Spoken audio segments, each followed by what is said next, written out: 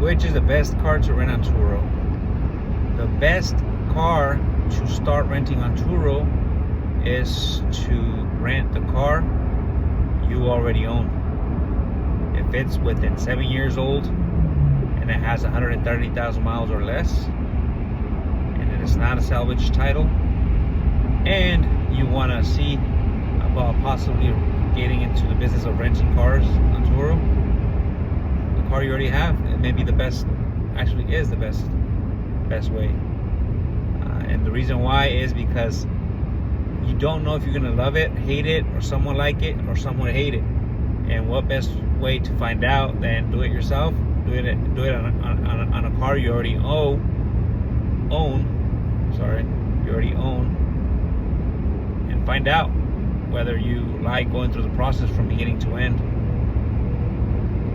There's a lot of things that I had to learn when I started, and even though I did my research, I did about 6 months worth of research online, looking at people's experiences, and I had a pretty good idea of what it would be like renting my car on Turo.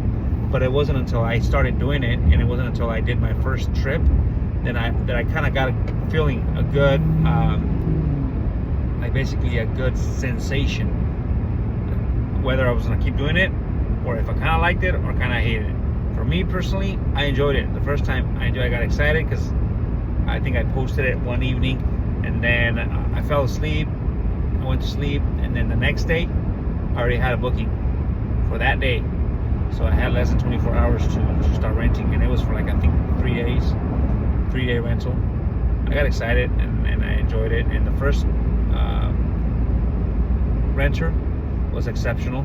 You know, left the car very clean, left it with gas, didn't do anything to it. It almost seemed as if he had not driven it. It wasn't even dirty. I think I had to just vacuum it after, wipe it down, and it was ready to go again. So I thought, oh, this is way too easy. This is way too easy. I can do this all day long, right? Well, the next trips went by okay, and it wasn't until like my 5th or 6th or 7th renter that kind of went back and forth. We didn't agree on something, and it was like, oh man. So it's not that easy basically to make money renting your car on Turo. It's like anything else, right? There's good days and bad days. So luckily for me, like the first 10 trips, they were not bad at all. I think only that customer that didn't want to pay for the gas. Left it full when she picked it up, and when she returned it, it was around half. And she claimed that she had left it full when she drove the gas station, and then she had been waiting at the train for the train crossing to go, and she must have used up almost half a tank. But luckily for me, I had pictures to show that it was full when she took it, and I took a picture right after to show that it was right around the half a tank mark. So I was able to get reimbursed, but it was a back and forth. And Turo encourages a conversation between you and the renter on things you guys may disagree. And then if you have your pictures in place, then Turo will back you and it will make the renter pay. But had I not had a pre-trip existent photo of the gas tank or a post photo, they would have denied the request. So I would have been out like $55 to $70, I think, something like that, for half a tank full of gas.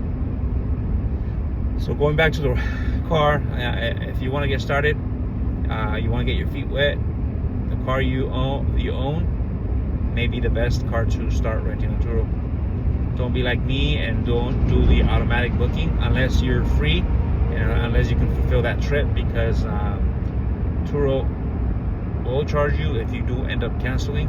I think they'll give you one free pass, but after they'll give you a cancellation fee, and I can't remember what the amount is. I don't know if it's $50, $100, something like that.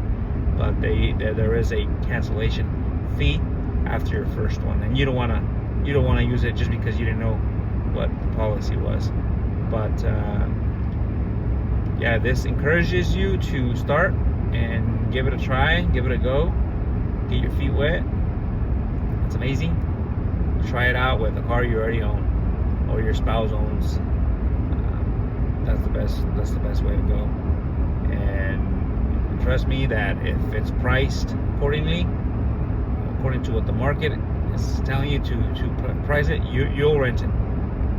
Whether it's a small car or a big car or an SUV or whatever it is, there will be someone that may want to rent it.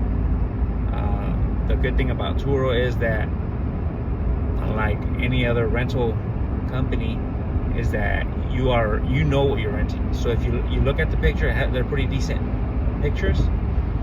You decide on that car you want to rent. That's the car you're gonna get when you rent it.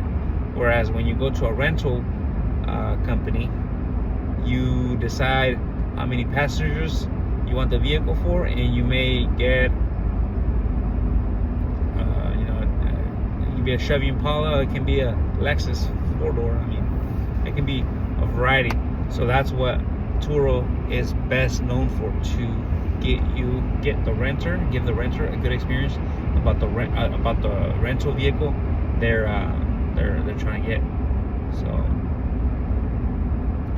again, don't think on it too much, and if this is something you really want to do, I think you should do it. You should do it, and kind of go into it open-minded, not expecting a lot, but being open to the possibilities too. If you're too particular about how people are going to treat your vehicle, this may not be for you. If you hate vacuuming cars, cleaning them, or going to the gas station to fill them up with gas, this may not be for you. But if you have a very nice vehicle, let's say you have a 2-door Corvette, and you keep it in pristine shape, pristine condition, whichever car it may be, any little scratch that any little scratch or any little damage may prevent you from having a good night's rest, Turo ain't for you, because nobody's gonna treat your car the way you treat your car. At the end of the day, they're gonna treat it just as a rental. They're gonna use the car, right? They're gonna use the car, and they may leave it dirty. There's a lot of considerate people. In my experience, I had almost 200 trips. I would say that maybe 10% of them are not considerate of your vehicles, but most people are, and most people will treat them good. But there's wear and tear in a vehicle. You know, I had a lot of cars that came back with rim scratches, and it's hard to get reimbursed and stuff like that, to be honest. A small scratch, if it's 2 inches or small, they won't even bother submitting a claim for it, because most likely you're not gonna get reimbursed. So if you go into this trying to make money on claims, it's not even worth it. I would say just save yourself the hassle, and don't even get into it. I'm just keeping it real, because it's Tour can be good, but like I said, don't have too much high expectations. So the best car to rent is a car you already own. Taking good pictures before and after your trip, giving good customer service by using communication with the renter, letting them know they're officially booked, communicating them, reassuring them that the rental will, the rental of the vehicle that they rented is going to go through. You're going to show up for them. That you're not going to cancel on them, because think about it. They may be planning a long weekend, a trip, and they're already counting on your vehicle to go spend it, right? And you cancel on them, or they're uncertain about whether you're going to commit to that rental, or it doesn't give the renter a good experience, and that's what Turo does not want. So communicate with them as you would like someone communicating with you if you're renting a car from them. And the first 10 rentals are super important. I think all of them are, but mainly the first 10, because you want to get good reviews, right? You want to give the renter a good experience about renting a car from you. And how do you get a good 5-star review? Is by constantly checking in with the renter. If they have any questions, if there's anything else that they need, or if there's asking those questions, if there's anything I can do for you, and then giving the customer a good experience, leaving the car clean, full gas, saying thank you at the end of the trip, and then encouraging a review, right? Because you also get to rate them, but you can also put a comment saying, hey, I hope you had a good positive experience renting from me. I really appreciate you renting my vehicle. I would greatly appreciate if you give me a positive review. I'm new to Turo, so I would greatly appreciate it. Most people will. Trust me, most people will give you a good review. I know there's times where I gave customers a 4-star experience, and they would give me a 5-star review because they knew that I was trying to make them happy, and people are appreciative of that. They're appreciative of that. So the first 10 rentals are very important, and that's how you get a good start, by making them